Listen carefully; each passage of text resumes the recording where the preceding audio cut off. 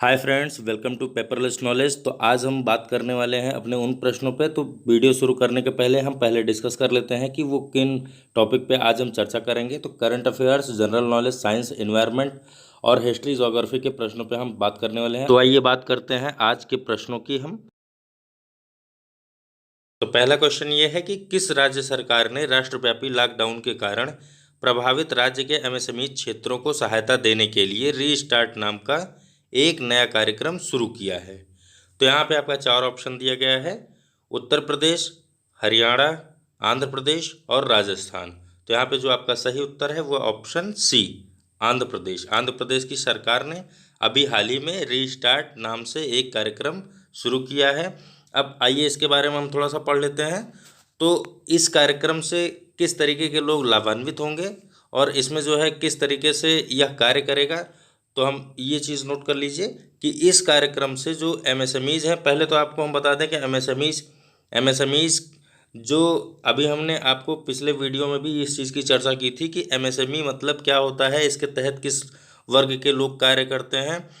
तो एमएसएमई मतलब कि लघु कुटीर और मध्यम वर्ग, मतलब कि जो भी आपके जो छोटे मध्यम वर्ग के जो व्यवसाय होते हैं वो एमएसएमई के अंतर्गत आते हैं। जैसे कि आपका लघु कुटीर उद्योग में जैसे कि छोटे छोटे कारखाने हुए, या जो भी शिल्पकला, या जैसे जो हम रूरल एरिया में जो भी काम करते हैं छोटे, जिसमें कि आप ये कह सकते हैं कि जिसमें कम वर्कर, ज़्यादा वर्कर्स होते हुए और काम को जो है छोटे छोटे तरीके से किया जाए, उसे जो है वो सब एमएसएमईज के अंतर्गत आते हैं।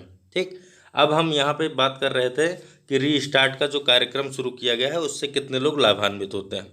तो आप यहाँ पे नोट कर सकते हैं कि इससे जो है लगभग 98,000 इकाइयों को लाभ होने की उम्मीद जताई जा रही है। ठीक, 98,000 लोगों को।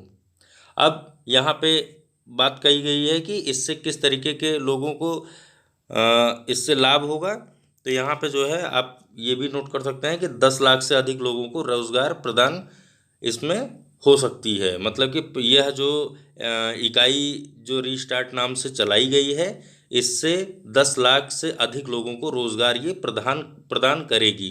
ठीक, इसमें जो है इसके अंतर्गत जो एमएसएमई सेक्टर के पुनरुद्धार के लिए आंध्र प्रदेश सरकार ने 1100 करोड़ रुपए का खर्च उठाएगी। ठीक, 1100 करोड़ रुपए का खर्च आंध्र प्रदेश की सरकार द्वारा इस पे किया जाना है। अब यहाँ पे बात हुई है आंध्र प्रदेश की। तो यहाँ पे हम बता दें कि मुख्यमंत्री ने 400, वहाँ के जो आंध्र प्रदेश के मुख्यमंत्री हैं, उन्होंने 450 करोड़ की पहली किस्त जारी करते हुए कहा कि एमएसएमई सेक्टर की फर्मों को कम ब्याज दरों पर इनपुट पूंजी ऋण प्रदान करने के लिए 200 करोड़ रुपए का एक विशेष कोष बनाया जाएगा।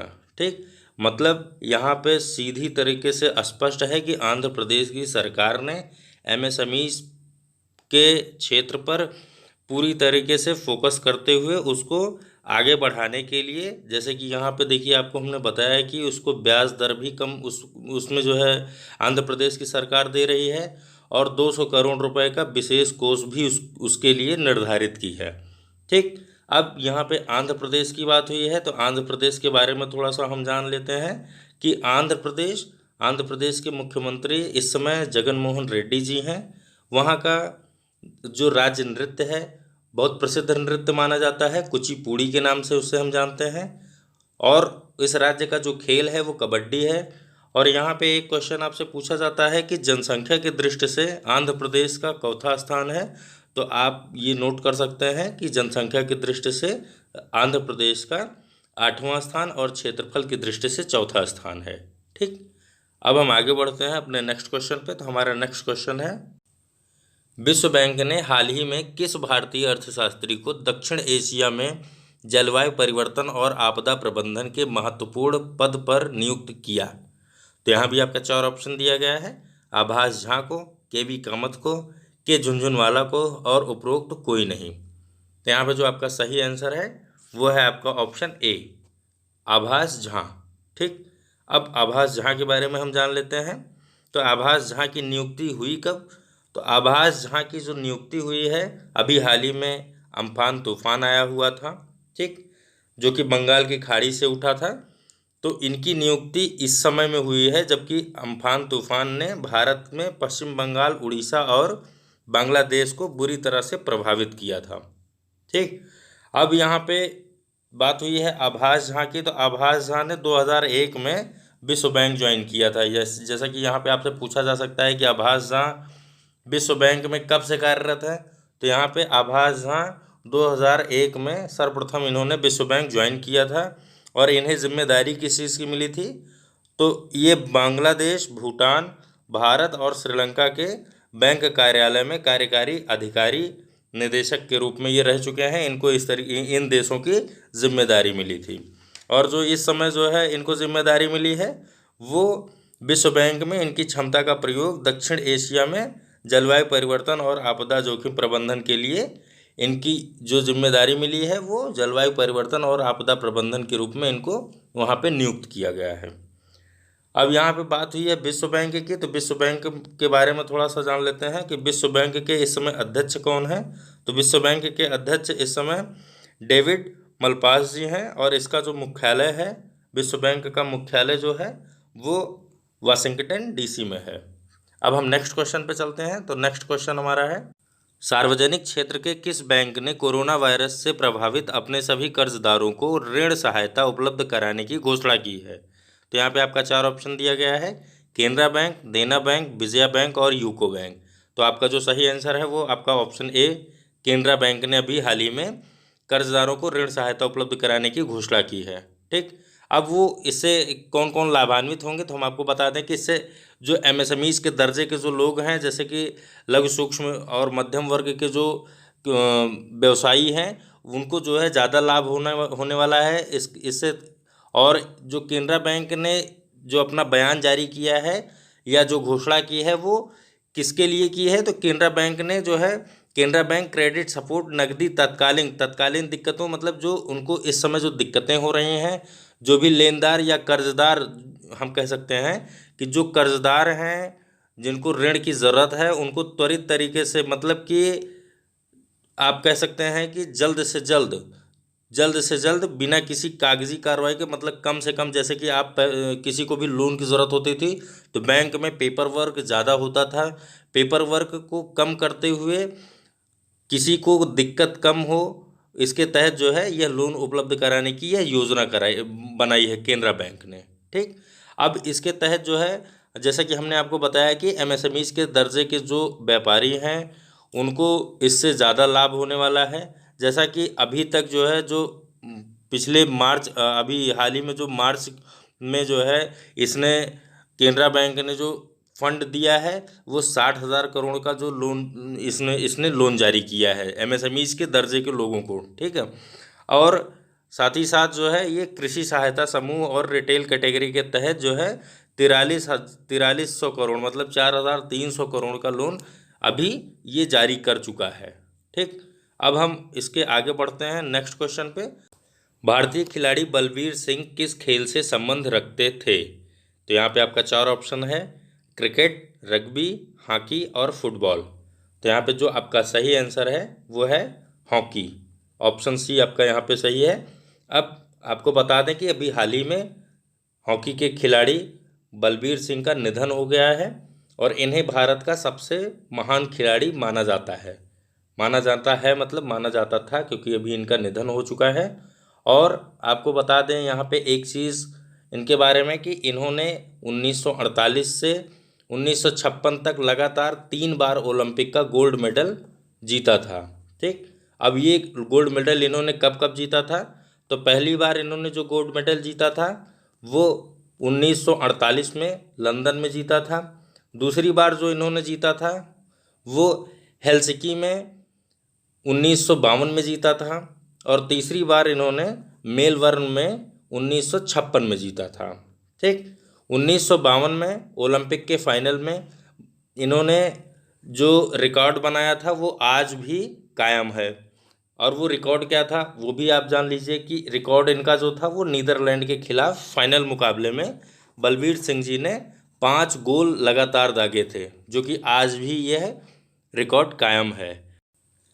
भारत सरकार ने साल 1957 में बलबीर सिंह को पद्मश्री से सम्मानित किया था और ये 1975 में विश्व कप के विजेता टीम के मैनेजर थे। ठीक, आपको एक चीज़ और बता दें कि भारत टीम के ये कप्तान भी रह चुके थे, हॉकी टीम के ये कप्तान भी रह चुके थे।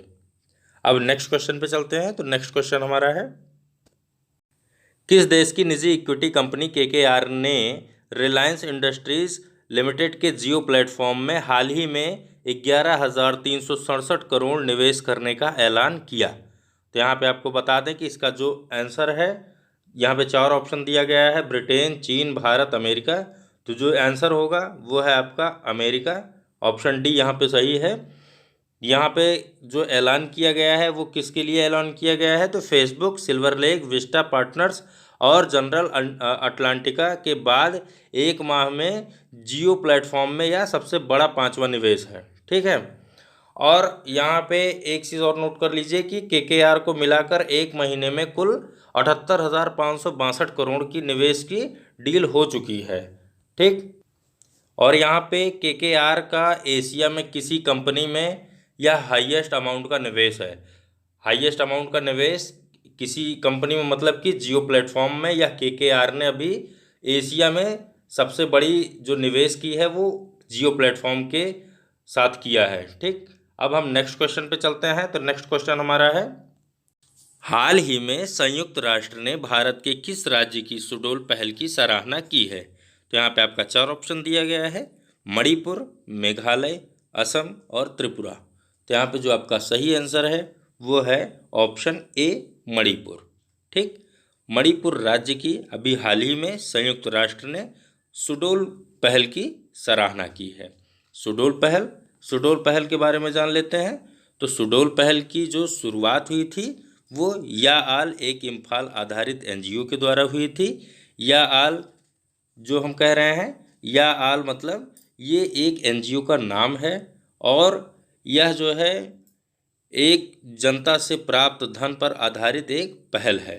ठीक, अब यहाँ पे हम आपको बता दें कि यह LGBTQI+ समुदाय मतलब कि समलैंगिक, यहाँ पे आप कह सकते हैं इसे समलैंगिक दैनिक जीवन भोगियों, HIV पीड़ितों, किशोरों और बच्चों के लिए स्वास्थ्य, स्वच्छता और भोजन सुनिश्चित कराता है।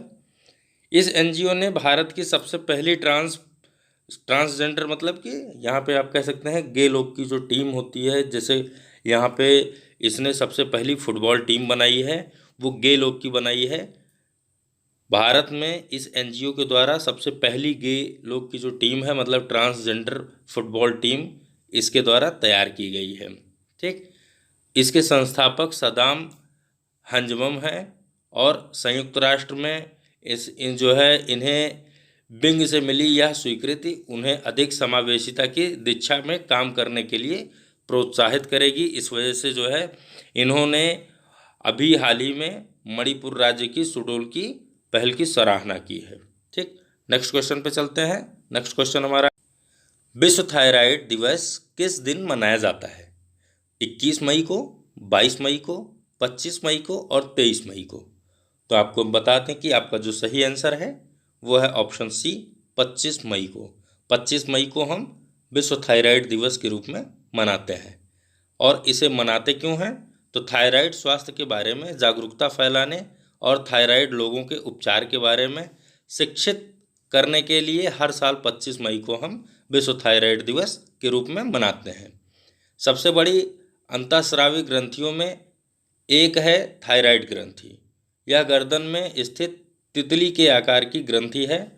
भोजन में आयोडीन की कमी से घेंघा रोग हो जाता है जो कि थायराइड ग्रंथि में सूजन से होता है। ये सब इसके लक्षण होते हैं। तो हम नेक्स्ट क्वेश्चन पे चलते हैं। तो नेक्स्ट क्वेश्चन हमारा है, इलेक्ट्रॉनिक्स और IT मंत्रालय ने किस एप्लीकेशन पर भारत के मौसम विज्ञान विभाग IMD सेवाओं को एकत्रित किया है? तो यहाँ पे आपका 4 ऑप्शन दिया गया है, उमंग, आरोग्य सेतु, पेटीएम और गूगल पे। तो यहाँ पे जो आपका सही आंसर है वो है आपका ऑप्शन ए, उमंग। उमंग के बारे में हम आपको बता दें तो उमंग एक ऐसा एप्लीकेशन है जिसके थ्रू आप अगर उसमें जाएंगे देखेंगे तो यह इसे आप जो है डाउनलोड भी कर सकते हैं, प्ले स्टोर पे यह ऐप मिलता है। तो इसमें इसके तहत जो हम काम करते हैं, जैसे कि अगर आप कोई व्यक्ति रिटायर्ड होता है तो उसका ईपीएफओ वहाँ से आप जनरेट कर सकते हैं, वहाँ से आप पीएफ निकाल सकते हैं, या उसमें आधार कार्ड के बारे में आता है, पीएमकेवाई के बारे में आता है। कई ऐसे चीज़ें हैं जो कि आपको उमंग ऐप में मिल जाती हैं। तो उमंग का पूरा नाम पहले हम आपको बता दें कि उमंग का पूरा नाम unified mobile application for new age governance है, ठीक। और इसने जो अभी हाल ही में मौसम विज्ञान विभाग द्वारा जो सेवाओं को एकत्रित किया है, तो वो उमंग के द्वारा किया है, उमंग एप्लीकेशन पे किया है। और यहाँ पे इसने उमंग ऐप द्वारा 7 सेवाएं लॉन्च की हैं। 7 सेवाओं में क्या क्या है जो नई सेवाएं ये दे रहा है, तो उसमें आपका ऑप्शन खुल जाता है करंट वेदर का, नाउकास्ट सिटी का, forecast, rainfall information, tourism forecast, warning and cyclone. ये 7 ऐसी चीज़ें हैं जो कि इसमें आपको देखने को मिलेंगी, ठीक। उमंग ऐप को भारत सरकार द्वारा नवंबर 2017 में लॉन्च किया गया था, जो कि नरेंद्र मोदी के द्वारा किया गया था। अब हम आगे बढ़ते हैं नेक्स्ट क्वेश्चन पे। तो नेक्स्ट क्वेश्चन हमारा है, हाल ही में सुर्खियों में रहा विशेष आहरण अधिकार किस अंतर्राष्ट्रीय संस्था से संबंधित है, या किस अंतर्राष्ट्रीय संस्था से संबंध रखता है। तो यहाँ पे आपका 4 ऑप्शन दिया गया है, अंतर्राष्ट्रीय व्यापार संगठन, अंतर्राष्ट्रीय मुद्रा कोष, विश्व आर्थिक मंच और उपरोक्त कोई नहीं। तो यहाँ पे जो आपका सही आंसर है वो है आपका अंतर्राष्ट्रीय मुद्रा कोष। ऑप्शन बी आपका यहाँ पे सही है। तो इसके बारे में थोड़ा सा हम पढ़ लेते हैं। तो आपको बता दें कि जो आरबीआई ने अभी तत्कालीन आंकड़े दिए हैं, उसके अनुसार 15 मई को समाप्त हुए सप्ताह में देश का जो विदेशी मुद्रा भंडार था वो 1.73 बिलियन अमेरिकी डॉलर, मतलब 1.73 बिलियन अमेरिकी डॉलर से बढ़कर 487.0 बिलियन डॉलर हो गया है, ठीक। पहले यह 1.73 बिलियन डॉलर था और अब यह जो है 487.04 बिलियन अमेरिकी डॉलर हो गया है, ठीक। इस भंडार में वृद्धि विदेशी मुद्रा अस्तियों में वृद्धि के कारण हुई है। इसे हम FCA के नाम से, जो हमने अभी बताया है कि मुद्रा अस्तियों, तो उसे हम FCA के नाम से प्रदर्शित करते हैं। और इसके अलावा अंतर्राष्ट्रीय मुद्रा कोष के बारे में अगर हम बात करें, तो अंतर्राष्ट्रीय मुद्रा कोष जिसे हम IMF के साथ प्रदर्शित करते हैं, तो इसके साथ जो है विशेष आहरण अधिकार जो SDR से हम प्रदर्शित करते हैं, विशेष आहरण अधिकार को हम SDR से प्रदर्शित करते हैं। तो विशेष आहरण अधिकार 2 मिलियन अमेरिकी डॉलर से बढ़कर 1.24 बिलियन अमेरिकी डॉलर हो गया है। यह जो है पहले 2 मिलियन अमेरिकी डॉलर में था, अब यह बढ़कर 1.24 बिलियन अमेरिकी डॉलर हो गया है, ठीक। अब आगे बढ़ते हैं। तो इसके बारे में हम बता दें आपको कि जैसा कि यहाँ पे आपको मैंने बताया है कि इसकी जो स्थापना हुई है वो जुलाई 1944 में हुई है और इसका मुख्यालय वाशिंगटन DC में है, ठीक। अब हम नेक्स्ट पे चलते हैं। तो नेक्स्ट क्वेश्चन हमारा है, हाल ही में ओपन स्काईज संधि से अलग होने का फैसला किस देश का था। तो यहाँ पे आपका 4 ऑप्शन दिया गया है, अमेरिका, रूस, फ्रांस और जर्मनी। तो यहाँ पे जो आपका सही आंसर है वो है आपका ऑप्शन बी, अमेरिका। अमेरिका ने अभी हाल ही में स्काईज संधि से अलग होने का फैसला किया है, ठीक। स्काईज संधि होती क्या है, तो इसके बारे में हम आपको बता दें कि स्काईज संधि एक ऐसी संधि है जो कि 34 देशों के द्वारा की गई है।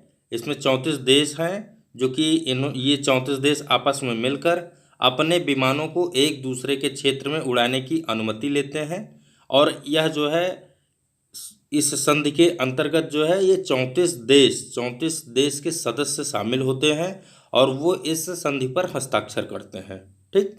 इस संधि पर जो हस्ताक्षर हुआ था वो 2002 में किया गया था और इस संधि में जो शामिल सदस्य हैं उन देशों के लिए एक हवाई निगरानी प्रणाली की स्थापना की गई थी, ठीक।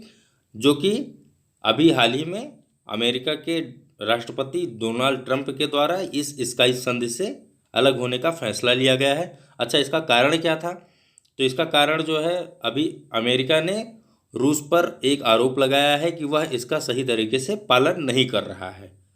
और साथ ही साथ आपको ये बता दें कि अमेरिका के राष्ट्रपति बनने के बाद, डोनाल्ड ट्रंप के अमेरिका के राष्ट्रपति बनने के बाद यह लगातार तीसरी ऐसी संधि है जो कि उन्होंने यह घोषणा की है कि उससे वो अलग हो रहे हैं। ठीक, अभी हाल ही में भारत ने भी ऐसी एक संधि की है जो कि भारत ने जापान के साथ की है। ठीक, 2017 में भारत ने भी जापान के साथ ऐसी ही एक संधि की है। अब आपको बता दें कि जो ये स्काई संधि की गई है, इसके तहत जैसे कि हमने आपको बताया कि 34 देश इसमें सम्मिलित हैं जो कि इस पे हस्ताक्षर किए हैं। तो इसमें जो है ये एक दूसरे देश के जो बॉर्डर को साझा करते हैं, इसमें जो है उनमें इन्होंने अपने अपने देश में हवाई निगरानी के तहत जो सैन्य बल है, वो हवाई निगरानी के तहत जो है अपने अपने देश की सुरक्षा के दृष्टिकोण से इन्होंने 34 देशों पर हस्ताक्षर करते हैं। और ये जैसे कि हमने बताया आपको कि हवाई निगरानी करते हैं। ठीक है, देशों की हवाई निगरानी करते हैं, जिससे लेकिन यह हवाई निगरानी बिना किसी हथियार के, बिना मतलब आप कह सकते हैं कि हथियार रहित, ठीक है, हथियार रहित हवाई निगरानी ये करते हैं। और इससे जो है आप ये भी कह सकते हैं कि एक दूसरे देश के प्रति इनका जो है भरोसा बढ़ता है, क्योंकि ये 34 देश इसी तहत इसको मंजूरी देते हैं और इसमें जो है एक दूसरे के प्रति भरोसा करते हुए ही मंजूरी मिलती है। ठीक, तो एक बार फिर से आपको हम बता दें कि इसमें 34 देश सम्मिलित हैं और ये जो है अभी हाल ही में अमेरिका द्वारा जो है इसका इस संधि से अलग होने का फैसला हुआ है। और तीसरा पॉइंट ये था कि डोनाल्ड ट्रंप के राष्ट्रपति बनने के बाद यह तीसरी ऐसी संधि है जिसमें से उन्होंने अपने को हटाने का निर्णय किया है। ठीक, अब नेक्स्ट पे चलते हैं। तो नेक्स्ट क्वेश्चन में हम बात करने वाले हैं अपने छोटे क्वेश्चंस की, जो कि आपको सोच के बताना है। तो चलिए बात करते हैं अपने उन क्वेश्चंस की। तो चलिए बात करते हैं आज के हम वन लाइनर क्वेश्चंस की, जिनका आपको सोचना है और इसका आंसर देना है। आज के जो टॉपिक हमने उठाया है वो पर्यावरण के रिलेटेड है। तो चलिए शुरू करते हैं अपना पहला क्वेश्चन हम। तो चलिए शुरू करते हैं हम अपने वन लाइनर क्वेश्चंस को। तो इसे आप नोट करते चलिएगा और आप इसको जो है ध्यान से देखिएगा। सोलर कुकर सूर्य के किन किरणों से ऊर्जा अवशोषित करता है, ये आपका पहला क्वेश्चन है। तो यहाँ पे आपका 4 ऑप्शन दिया गया है: परावैंगनिक किरण, अवरक्त किरणें, दृश्य प्रकाश किरणें और दीर्घ तरंगें। तो यहाँ पे आपका क्या आंसर हो सकता है, फटाफट सोचिए, इसका आंसर दीजिए।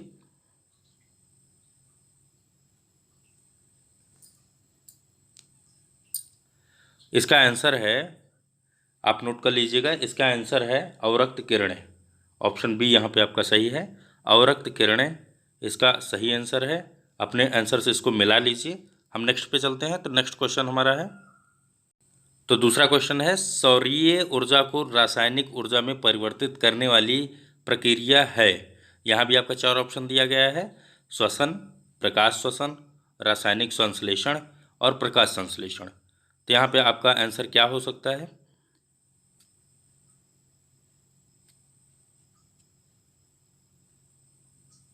यहाँ पे आपका आंसर जो होगा वो है आपका ऑप्शन डी यहाँ पे सही है, प्रकाश संश्लेषण। ठीक, सौरीय ऊर्जा को रासायनिक ऊर्जा में परिवर्तित करने वाली प्रक्रिया जो कहलाती है वो प्रकाश संश्लेषण कहलाती है। आपने इसको कई बार पढ़ा भी होगा। हम नेक्स्ट क्वेश्चन पे चलते हैं। नेक्स्ट क्वेश्चन हमारा है, अगुलहास धारा चलती है। अगुलहास एक धारा है, वह कहाँ चलती है? तो आपको यहाँ पे 4 ऑप्शन दिया गया है: हिंद महासागर में, दक्षिणी अटलांटिक महासागर में, उत्तरी अटलांटिक महासागर में और प्रशांत महासागर में। तो इन चारों महासागरों में अगुलहास धारा कहाँ पे चलती है, इसका आंसर आपको देना है। तो इसका आंसर क्या हो सकता है?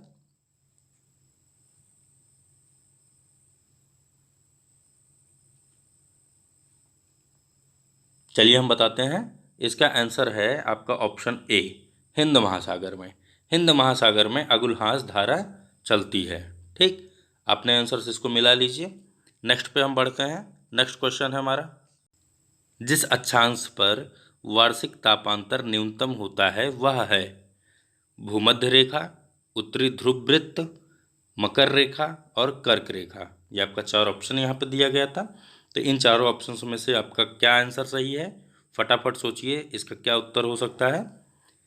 ये जो 4 ऑप्शंस दिए गए हैं इनमें से अक्षांश पर वार्षिक तापांतर न्यूनतम किस में होता है? तो आपका जो आंसर है वो यहाँ पे आपका जो सही आंसर है वो है आपका ऑप्शन ए, भूमध्य रेखा। भूमध्य रेखा पर, भूमध्य रेखा के अक्षांश पर वार्षिक तापांतर सबसे न्यूनतम होता है। ठीक, नेक्स्ट पे चलते हैं। नेक्स्ट क्वेश्चन हमारा है, रेडियोलेरियन किस प्रकार का ऊर्जा है? तो यहाँ भी आपका 4 ऑप्शन दिया गया है, सिल्ट प्रधान, सिलिका प्रधान, डोलोमाइट प्रधान और चूना प्रधान। तो यहाँ पे जो आपका आंसर है वो है, यहाँ पे जो आपका सही आंसर है वो है आपका ऑप्शन बी, सिलिका प्रधान।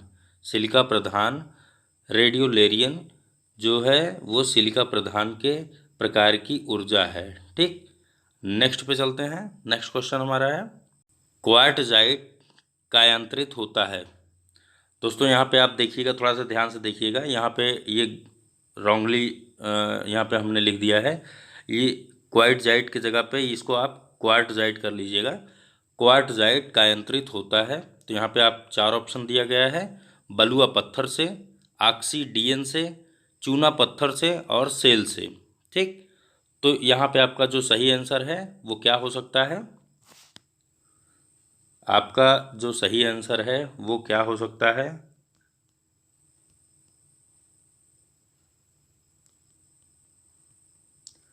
यहाँ पे जो आपका सही आंसर है वो है आपका बलुआ पत्थर से। ऑप्शन ए यहाँ पे आपका सही है।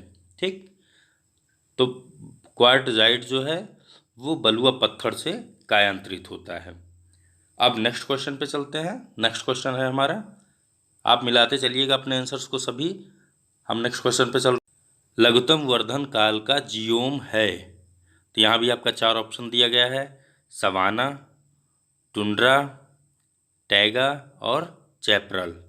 तो यहाँ पे जो आपका सही आंसर है वो है ऑप्शन पी, टुंड्रा।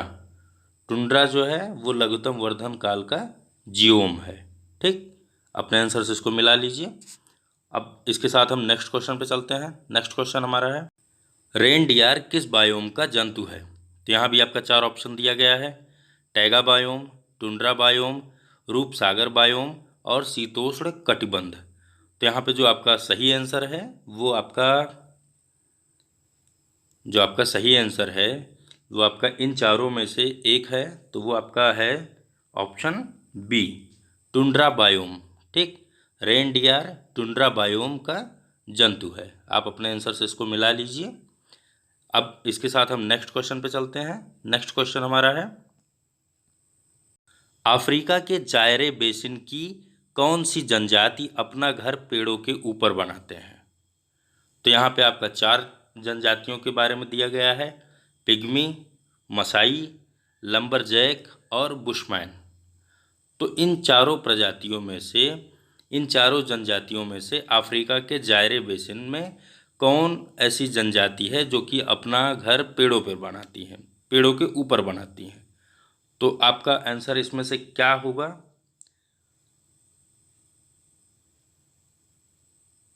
यहाँ पे जो सही आंसर है वो है आपका ऑप्शन ए, पिग्मी। पिग्मी एक ऐसी जनजाति है जो कि अफ्रीका के जायरे बेसिन में अपना घर पेड़ों के ऊपर बनाती है। ठीक, नेक्स्ट क्वेश्चन पे चलते हैं। नेक्स्ट क्वेश्चन हमारा है, किस बायोम में प्राथमिक उत्पादकता सर्वाधिक पाई जाती है? तो यहाँ पे 4 तरीके के बायोम दिए गए हैं, रूपसागरीय बायोम, मानसूनी बायोम, विषुवतीय वन बायोम और टैगा बायोम। तो यहाँ पे आपका इन बायोमों में से कौन सा बायोम ऐसा है जो कि सही है?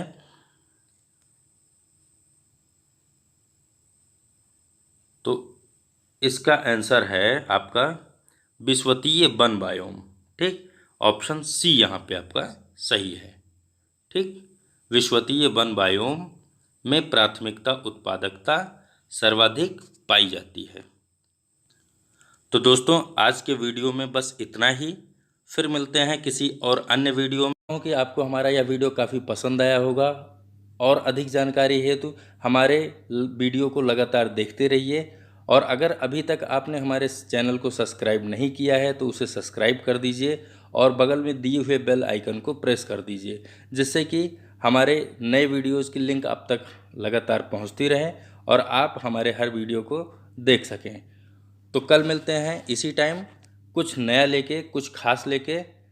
तब तक के लिए धन्यवाद।